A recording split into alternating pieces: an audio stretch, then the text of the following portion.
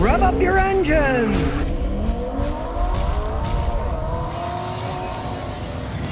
Well, there's going to be mandatory speed limiters starting in 2022. Thank goodness it's in Great Britain and not here yet. Now, speed limits will keep your car from going beyond a certain speed. They want to make it that if the speed limit's 70, you can't go over 70 miles an hour. Speed is 30, you can't go over 30 miles an hour. Now, we're using intelligent speed technology, artificial intelligence, uses GPS and things. If you've been in any modern car, you'll notice that on your phone, it'll show you the speed limit of the area you're in. And if it's a real fancy car, it'll have it on a heads-up display. I've road tested them, and the speed limit goes from 65 to 50. All of a sudden, 60 times 50, it'll be flashing if you're going 65. Well, these ones are going to keep you from going over a certain speed. There's various systems. They have one that it pulses back the accelerator on you, or has warning lights coming on, or it starts talking to you and saying you're going too fast. And of course, the thing is, they don't know if the present technology is really efficient enough and works good enough to be able to work correctly. You can imagine it screws up, and all of a sudden you're 65, and it tells you to go to 30, and other people smash into you because they're still going too fast. But people don't comprehend this. With any kind of self-driving or assist system, if every car has it, it's fine if it works, right? But if you got regular people driving regular cars, and the people with the newer cars having these ones that are driven by computer, it won't work out too well because humans and computers don't mix. Humans are too indecisive, and it'll stop the cars that are driven by computers, but then the people who don't have computer-driven cars will smash into them because as far as they're concerned, they're stopping for no reason whatsoever. As usual with the Europeans and their fantasy futurism, here's what they say: to cut road deaths to 0 by 2050. Okay, so a long time from now, they think these systems will work perfectly and nobody will be killed in cars. Well, I doubt if that's ever going to happen. But they always come up with these crazy ideas. Who knows what'll ever come of it?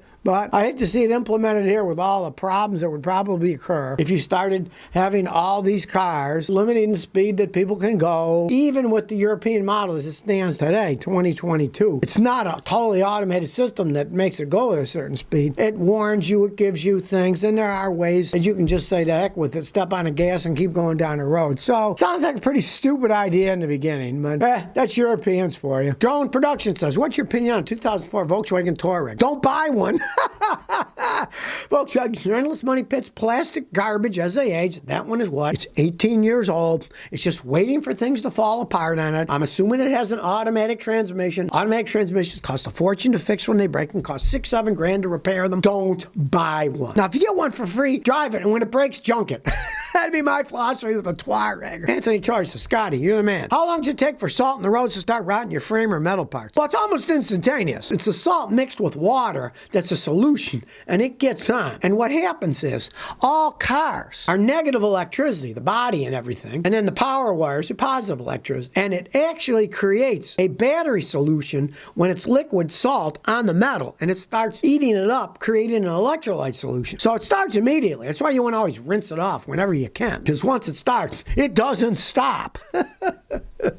Now, if you buy a good car like any Toyotas made in the last couple of decades, almost all of them, except for some of the Tacomas and Tundras made that had bad coatings, the frames rotted. All the other ones, they don't really rot because they were coated right. My 94 Celica doesn't rust. It's still fine underneath because they made them correctly. But if you got a car that rots, once it's rotted, it started, it's too late. There's nothing you can do. And salt, you want to rinse it off as much as you can because it starts as soon as it starts getting on there. Vincent Ucar says, Scotty, I got a 2021 Hyundai Elantra with CVT Transit. I do mostly highway driving. How often should I change the transmission oil? I don't trust the Hyundai transmissions. I would be extremely conservative. I would change it every 30 to 40,000 miles. Learn how to do it yourself. You can drain a certain amount out, measure what comes out, pump that back in with new fluid, buy it at the Hyundai dealer, get the correct fluid. And I would change it every 30 or 40,000 miles just to be on the safe side. They're weak transmissions. And you can learn how to do it yourself. Watch my videos, learn how to do it, get the tools, do it yourself. Don't trust anyone because I had a customer in Houston. Someone, when I was on vacation, changed the fluid in their CVT, and about a year later it went out because they didn't put the right amount of fluid in. It's very hard to check because it's a sealed transmission. So when you drain it,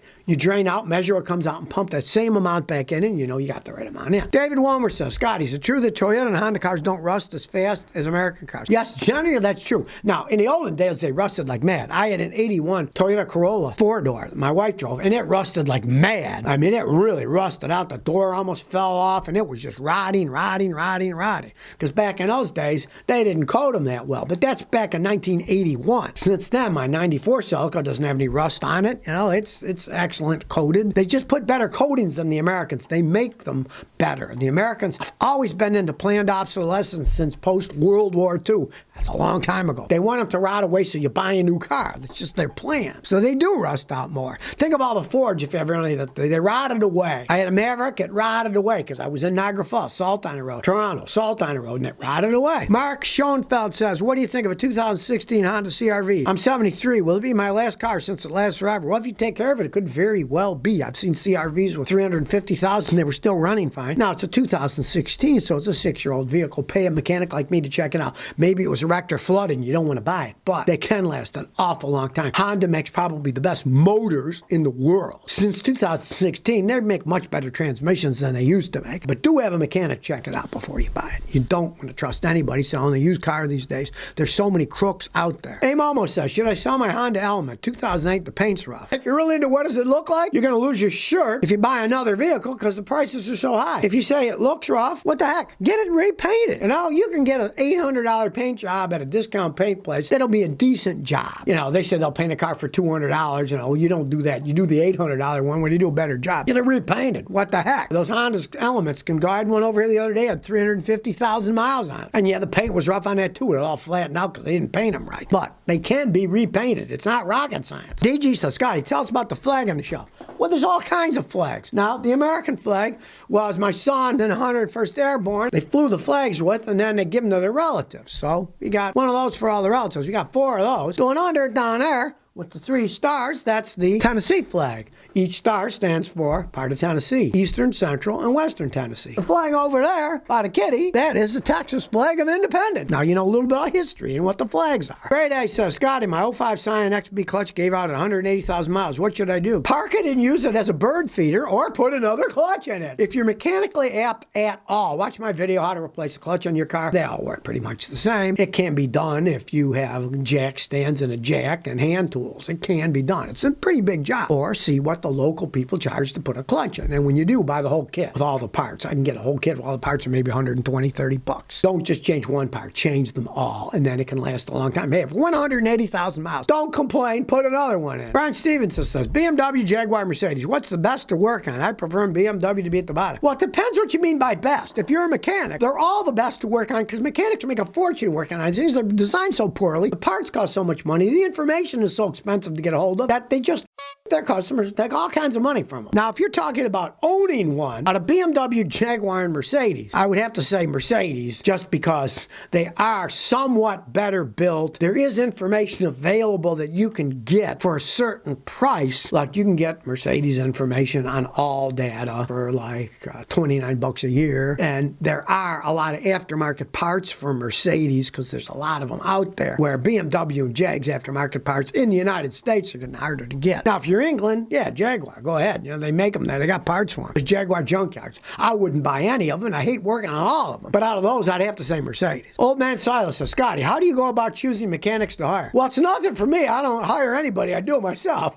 But you want to see how to check it out, watch my video. How to find a good car mechanic, Scotty. Just watch it. I got all the tips in there. What it comes down to is you want to find somebody like me, an independent mechanic who knows what he's doing. Ask your friends. That's one of the big things. Good mechanics don't advertise. I never advertised as a mechanic because I didn't have to. I just got business. People told people. Away it went. Kind of like Stanley Kubrick when he made a lot of movies. In the end, he had to because he was kind of washed up. That Eyes Wide Shut was a crap movie, right? Before that, they never spent hardly any money advertising his movies because it was word of mouth. Everybody liked Stanley Kubrick. So a good mechanic, he doesn't have to throw his money down the toilet, $50,000, $100,000 a year advertising when he's got more business than he needs. So you need to find a guy like that. Well, if you've been watching crazy Elon Musk, recently he tweeted a satirical meme comparing Canadian Prime Minister Justin Trudeau to old Adolf in Germany. The cartoon had Adolf saying, stop comparing me to Justin Trudeau. Of course, he was talking about the freezing of people's assets and the money, which is kind of a big move. Get into currency and freezing people because they're protesting something. Now you got to understand one thing. Old Elon Musk, he was born to a Canadian mother, South African father, moved to Canada when he was a teen. So he knows a little bit about Canada. And he doesn't like the way that they're trending towards, which, I mean, these guys are just truckers protesting. They weren't violating anybody. Kind of a knee-jerk reaction by Trudeau. there. I mean, let's face it.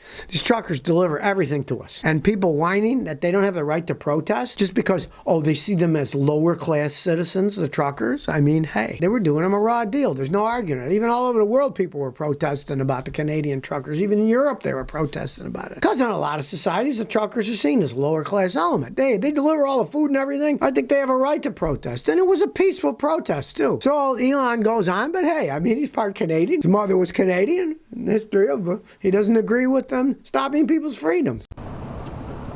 So if you never want to miss another one of my new car repair videos, remember to ring that bell.